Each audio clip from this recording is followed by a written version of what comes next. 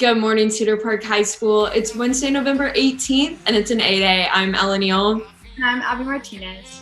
On today's show, we have a story over how video games helped many stay connected during quarantine, what precautions you should take before traveling over Thanksgiving during a pandemic, how the Trail of Lights will look this year. The top 5 things you need to know for today, our first Health Minute with Hosa, and a new edition of the Pack Chat. Let's jump in because the Wolfcast starts now.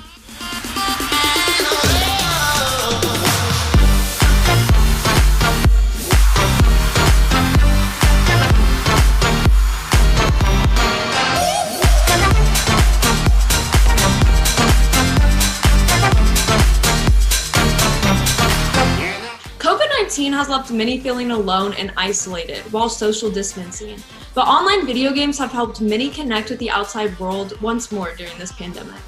Reporter Brody Bush talked to a student about how video games have helped him feel less isolated. Thanks, guys. Video games have had a surprisingly beneficial effect on students lately by bringing people close together.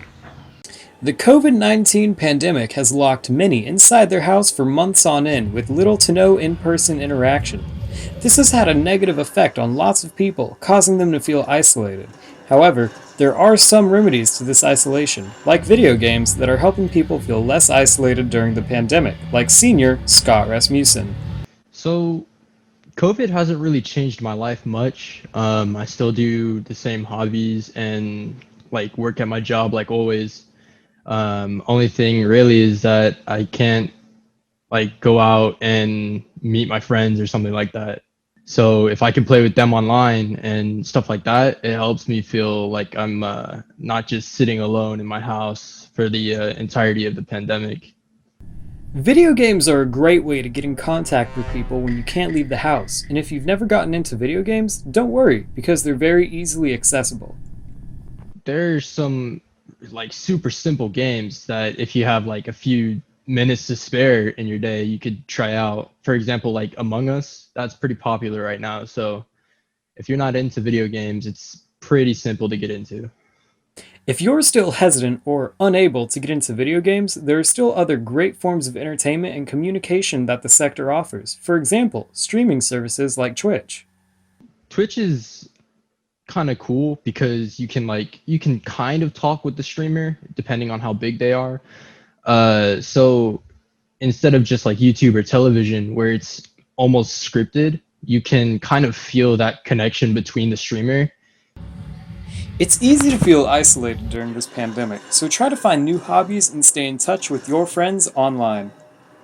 Wow, it's really cool seeing how new technology is helping people through hard times like this. Yes, definitely. Thanks, Brody. We are just 5 days away from the week-long break and 8 days away from Thanksgiving. Many families now might be concerned and worried if coming together in large numbers is safe right now. School nurse Tara Jo Frost recommends family activities that take place outside with plenty of sunlight and distance to prevent any possible spread, and any student who has symptoms get themselves checked to see if he or she is able to socialize. One of the best things to do is you guys are already living together, so good movie time at home. I know that my family is going to do a cookout outside so that we could be outside and still be around extended family and be safe. Let's see, going for walks and hikes, going for a good bike ride is always a good one. But if you know that you're going to be closer than 6 feet to that person, then you definitely need to wear a mask. We hope everyone will keep their safety in mind this break and also try to have as much fun possible during this precious time. Thanksgiving is coming up soon next week, which means the holiday season has officially started. The Austin Trail of Lights is one of Austin's biggest attractions during the holiday season, but this year the Trail of Lights will be a little different due to COVID-19. The Trail of Lights in Zilker Park is made up of more than 2 million lights and attracts thousands of guests each year. Being able to walk through the park and embrace the holiday spirit is an annual tradition in most homes in the Austin area, but this year, to keep everyone safe, the Trail of Lights will be a drive-through event only. During the holiday season, everyone's really happy, and it's just a time of joy. And I think if we focus on the positive and what we can do rather than what we can't do, it'll still be a great season. To purchase tickets for the Drive-Thru Trail of Lights, visit austintrailoflights.org. Tickets are available until January 3rd, 2021, but will sell out quick. So make sure this holiday season you can drive through the magic in Austin. Up next is your top 3 things with Amelia Caza. But first, this break. Smoky Moe's Barbecue, the best barbecue that money can buy. Proudly supporting Cedar Park High School.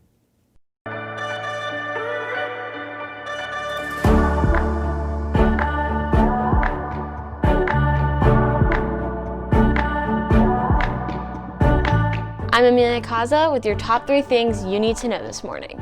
First, a mystery Texas woman has returned a young boy getting off at the wrong bus stop.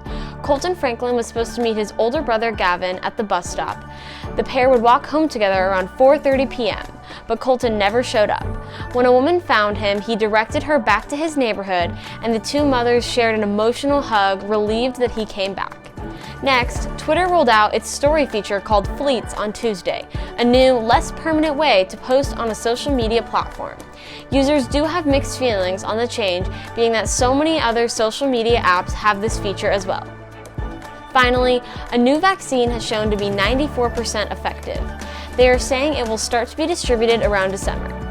Moderna also reported on Monday that its vaccine has a longer shelf life under refrigeration than room temperature than previously reported, which should make it easier to store and use.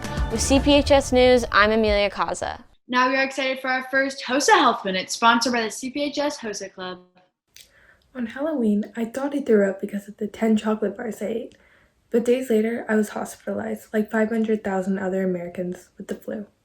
I had a fever, chills, a cough, fatigue, and the aforementioned barfing. I survived, unlike the 60,000 Americans who died from influenza in 2017 and 2018. I was miserable, but then I learned about the flu shot. I once thought that the flu shot caused the flu, but then I learned that the flu shot is an inactive vaccine not capable of infecting you. It is very important to get the vaccine sooner than later because the flu shot takes 2 weeks to develop antibodies, and since flu season is approaching, it's better to be safe than sorry. This vaccine reduces your chance of getting the flu by 40% and risk of hospitalization by 37%. Side effects of influenza may include fever, chills, difficulty of breathing, fatigue, sore throat, body aches, headaches, and in extreme cases, hospitalization and death. Visit a local pharmacy to get a life-saving flu vaccine today for a happy, healthy Cedar Park. With your HOSA Minute for today, I'm Marcinia the Poli. Thank you, HOSA. Now it's time for this week's edition of the Pack Chat.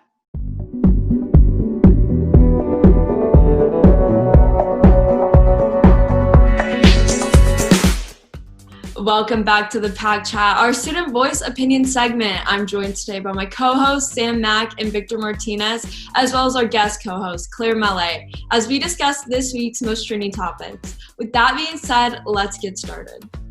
First, the new rise in COVID cases in the U.S. has some states entering another full lockdown.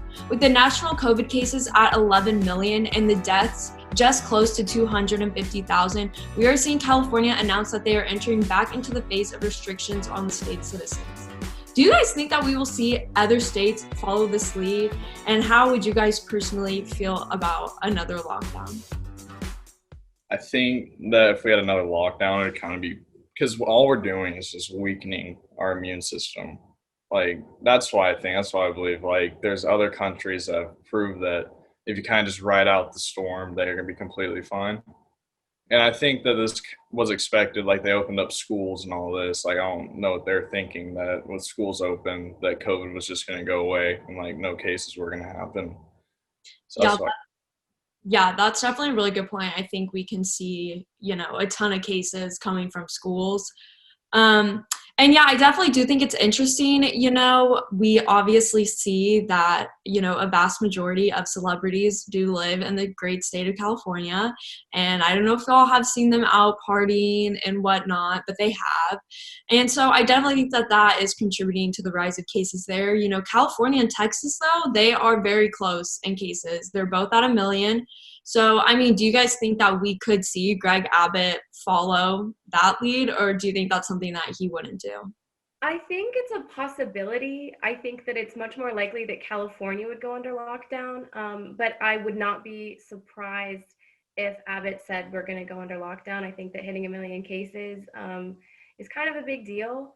And it's not surprising because California and Texas both have some of our like most populous, like they're one of our like most populous states. But yeah, I personally, I mean, I wouldn't be mad at a lockdown. I think that if it's appropriate, then it's definitely something we need to do. But ideally, at this point, we wouldn't have to do it anymore. And yeah. I definitely agree. And, you know, especially the talks of a vaccine coming soon, I wonder if we would even get to that point of where we would have a lockdown in Texas. Next, Wayne County, a huge county in Michigan that is home to Detroit, has decided to go ahead and certify the county's win for Joe Biden. This comes after several calls for them to certify that county with Biden's lead of 130,000 votes. This will essentially end the debate on whether Trump can come back in that state and win. There have been several claims that the media cannot call the election, and several people were not thrilled. How do you guys think we can see this play out with states like Georgia who are conducting a recount? And do you guys trust the Associated Press or AP calling the election for other states?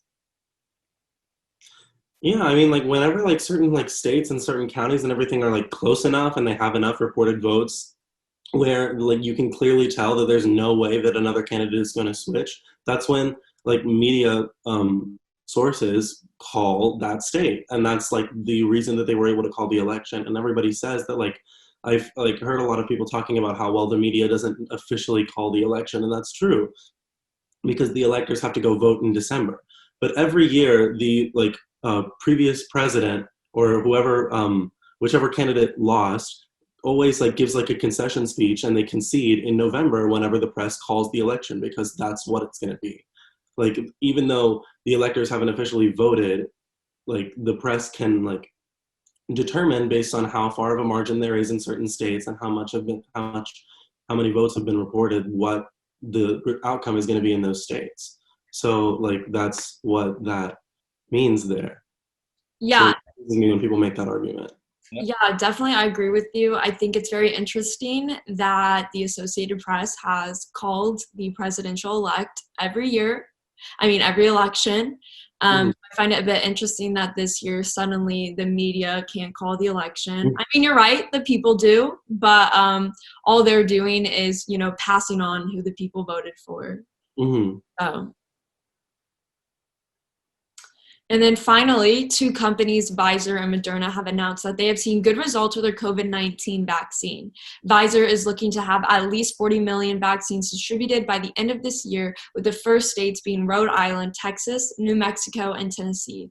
With the talk of the vaccine, people are questioning who should be given it first. With experiments done by Bloomberg, they questioned whether the vaccine should be given to frontline workers and children first, because they have the most contact with people in a day. What do you guys think about this, and are you hopeful for that vaccine by the end of the year? I mean, obviously the talks of who would get the vaccine first have obviously been frontline workers, and that will definitely stay as it is. But, you know, kind of the question of who should it go to next, because, you know, a lot of people were thinking, you know, the elderly or high risk people. But if you think about it, kind of people are questioning what good would that do if they only come in contact with one person a day, two people a day, you know? And it's reported that children have the most contact with people in a day. So technically, I mean, if a child had COVID-19, they would spread it a lot more than anyone else. So, I mean, what do you guys think about that? I think as far as like how hopeful I am, I've heard what Moderna's like 95. 90? Yeah, they're both around 95. Yeah, I think that that's some really good news. And yeah, I am hopeful. As far as who should get it, I absolutely agree that frontline workers who come in the most contact and are, you know, the most at risk should definitely get that first. And then I think just like whoever goes out, like whoever is kind of at the highest risk and whoever goes out the most, whoever has the most, you know, who will spread it the most, I think that they should probably have a vaccine as well. Ideally everybody at some point, but I think first, yeah, those people who are spreading it, who are not, you know, going out and stuff. I think it's kind of like a toss-up because like there is the argument that like the people who could spread it easily should have the vaccine first, but then there's also like elderly and other like even younger people that are just at higher risk, maybe have like some kind of immune disorder or respiratory disease. Like, you know, it would definitely, I think it would be important for those people to receive a vaccine as well, because like that might be younger people who are going out more, but they're the people who are like more likely to develop severe symptoms. So I don't know. It's like there are like two sides to the argument, I guess. I don't have a definitive stance on it. Yeah, definitely. And I mean, I guess we will find out very soon. Hopefully, fingers crossed. And that's all I have for today. Remember, T-Wolf Pack, there's always time to chat. Thanks, Pack Chat host. That's all we have for you today. Make sure you're keeping up with all of our content, so head over to our YouTube at CPHS News. Make sure to catch the show on Friday for a straight over the debate club, your T-Wolf Spotlight with Katie Smith, your top 3 things, Luke Johnson and Katie Whitmarsh will have your Friday sports report, a brand new episode of Dr. Love, and your pet of the week. With CPHS News, I'm Abby Martinez. And I'm Ella Neal. Remember to make it a great day or not, the choice is yours.